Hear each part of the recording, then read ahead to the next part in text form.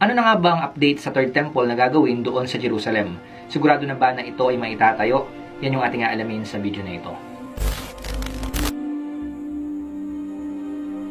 Kapag naitayo na yung Third Temple doon sa Jerusalem, siguradong-sigurado na at wala nang makakapigil sa pagbabalik ng ating Panginoong Hesukristo. At bukod dyan, alam din natin na kapag naitayo na itong Third Temple, sigurado na rin yung paglabas ng Antikristo. Tayo bilang mga Kristiyano at maraming mga Hudyo ang naniniwala na maitatayo yung pangatlong templo doon sa Jerusalem. Since alam naman natin na wala na yung first and second temple, naniniwala tayo na sa mga huling araw, lalo na sa panahon natin ngayon, pwede nang simulan itong Third Temple. At kapag nasimulan ng gawin yung Third Temple, naniniwala tayo na ibabalik ulit yung mga paghahandog at yung pag-aalay doon sa templo. Yung paghahandog na ginagawa noon sa Old and New Testament, makikita natin na sa panahon natin ngayon, kapag naitayo na yung Third Temple, ibabalik muli ito.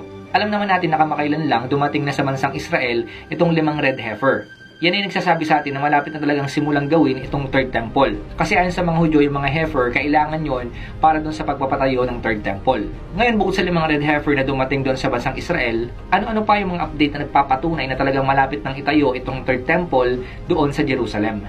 Ngayon, ang pinaka-update doon sa Jerusalem patungkol sa Third Temple na itatayo ay yung linya ng tren mula doon sa Ben Gurion Airport doon sa Israel hanggang doon sa Temple Mount. Nais kasi ng government ng Israel na diretso na makarating doon mismo sa Temple Mount yung iba't ibang mga tao na galing sa iba't ibang lugar sa buong mundo.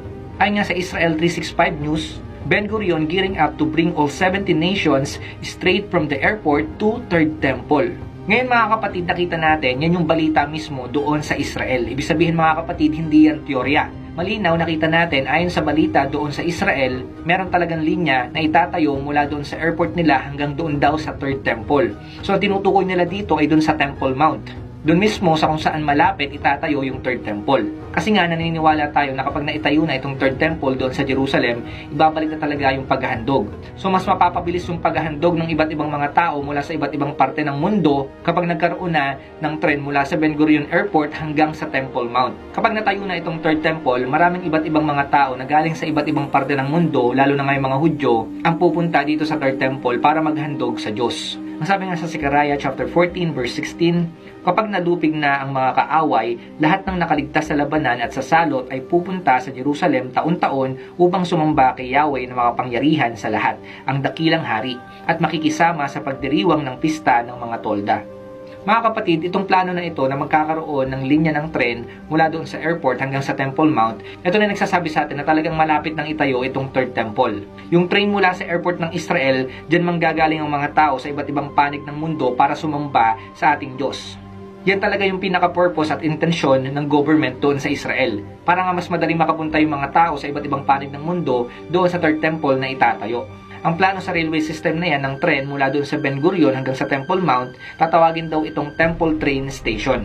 Sinasabi na yung itatayong railway system na ito doon sa Jerusalem, magiging malaki yung role nito para doon sa Third Temple na itatayo. Mga kapatid, ito yung pinaka-interesting doon sa itatayong railway system doon sa Jerusalem.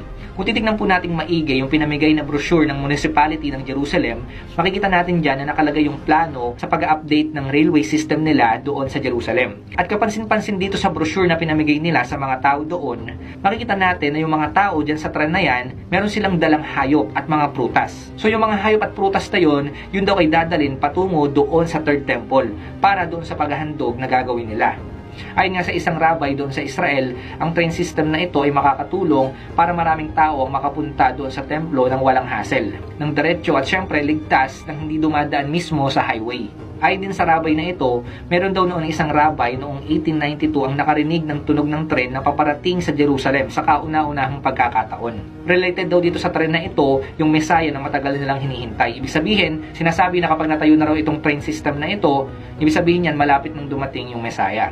Mga kapatid, nakikita natin na talagang unti-unti nang natutupad yung propesiya. Unti-unti nang natutupad na matatayo na itong Third Temple. Base dito sa nabalitaan natin na ito. Makikita natin dito mga kapatid na talagang wala nang makakapigil sa pagpapatayo ng Third Temple na itatayo doon sa Jerusalem. At bukod dyan sa railway system na yan na itatayo doon mismo sa Temple Mount, ito pa yung isang update dito sa Jerusalem. Nagkaroon ng pagkakataon ngayon doon sa Jerusalem na magsama-sama yung maraming Hudyo para bumisita doon sa Temple Mount. Ngayon mga kapatid, sa kauna-unahang pagkakataon, napakaraming Hudyo ang nagpunta doon sa Jerusalem para bumisita ngayong taon. So para sa mga Hudyo, itong Temple Mount na ito na naandun sa Jerusalem, napakahalaga nito para sa kanila. At marami talaga mga Hudyo ang nagpupunta dito, lalo na sa Wailing Wall doon sa Jerusalem, para manalangin. Ayon nga sa statistics, umabot ng halos 50,000 na mga Hudyo ang nagpunta doon sa Temple Mount sa loob ng isang taon. So kakaibang pangyayari raw ito na naganap sa panahon natin ngayon, na dumagsa talaga yung napakaraming mga Hudyo doon sa Temple Mount, na galing din sa iba't ibang parte ng ating mundo. Ngayon ang pinaka-goal nila, ina-expect nila na sa mga susunod na taon, almost 100,000 na mga Hudyo ang magpupuntahan doon sa Jerusalem. So naniniwala sila na sa mga susunod na taon, maraming mga Hudyo sa iba't ibang parte ng mundo ang magbabalikan doon sa Jerusalem. Ngayon mga kapatid, ayon sa propesiya, totoo yan na yung mga Hudyo sa iba't ibang parte ng mundo na nagkalat, magbabalikan sila doon sa Jerusalem. Sa totoo lang mga kapatid, kalat ngayon yung mga Hudyo sa iba't ibang parte ng mundo. Ngayon mga kapatid, sa mga huling araw, yung mga Hudyo na yan na nagkalat sa buong mundo, ibabalik yan ng Diyos doon sa Jerusalem. Ang sabi nga dito sa Ezekiel chapter 36 verse 24, titipunin ko kayo mula sa iba't ibang bansa upang ibalik sa inyong bayan. Sabi rin sa Isaiah chapter 56 verse 7, dadalhin ko kayo sa banal na bundok. Ipadarama ko sa inyo ang kagalakan sa aking templo. Malulugod ako sa inyong mga handog, at ang aking tahanan ay tatawaging bahay dalanginan ng lahat ng bansa. Mga kapatid, ang tinutukoy dito na banal na bundok, ito nga yung Temple Mount. Ito yung lugar na kung saan itatayo itong third temple. Ngayon mga kapatid, maraming mga Hudyo at maraming mga iba't ibang tao ang pupunta doon sa templo para nga maghandog, para sumamba sa ating Diyos. So mga kapatid, malapit nang mangyari yan. Unti-unti na po nating nakikita na talagang marami ng mga Hudyo ang nagbabalikan sa bansang Israel. At kaya nga sa panahon natin ngayon, sabi nga record breaking, talagang maraming mga Hudyo ngayon na nagpuntahan na dito sa bansang Israel. Ngayon mga kapatid, bukod sa mga Hudyo na nagbabalikan dito sa Jerusalem, makikita natin na dumarami na rin yung bilang ng populasyon dito sa Israel. Ang populasyon ng Israel ay tumataas na halos aabot na ng 10 million. So inaasahan nila na pagdating ng 2024, tuluyan nang aabot sa 10 million ang bilang ng mga tao doon sa Israel. So bukod sa mga Hudyo na nagbabalikan mula sa iba't ibang parte ng mundo doon sa Jerusalem, mas nadadagdagan pa po yung bilang ng mga tao doon sa Israel. Na talagang nakikita natin na tutupad na yung propesiya na sinasabi ng Biblia. Sabi nga sa Isaiah chapter 43 verse 6 to 7, sasabihin ko sa mga bansa sa hilaga na kayo'y palayain. Sasabihin ko rin sa mga bansa sa timog na huwag kayong pigilan. Hayaan ninyong magbalik ang aking bayan mula sa malalayong dako, mula sa lahat ng panig ng daigdig. Sila ang aking bayan na aking nilalang upang ako'y bigyan ng karangalan.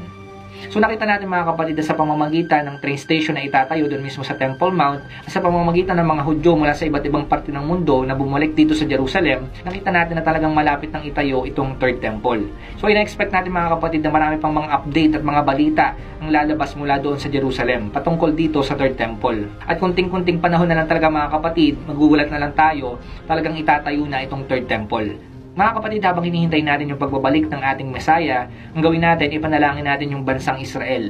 Ipanalangin natin yung Jerusalem, yung kapayapaan dito. Naniniwala tayo merong malaking role na gagawin itong Israel sa mga huling araw. So ipanalangin natin yung bansa na ito nang sa ganon mangyari yung kalooban ng Diyos sa bansang Israel.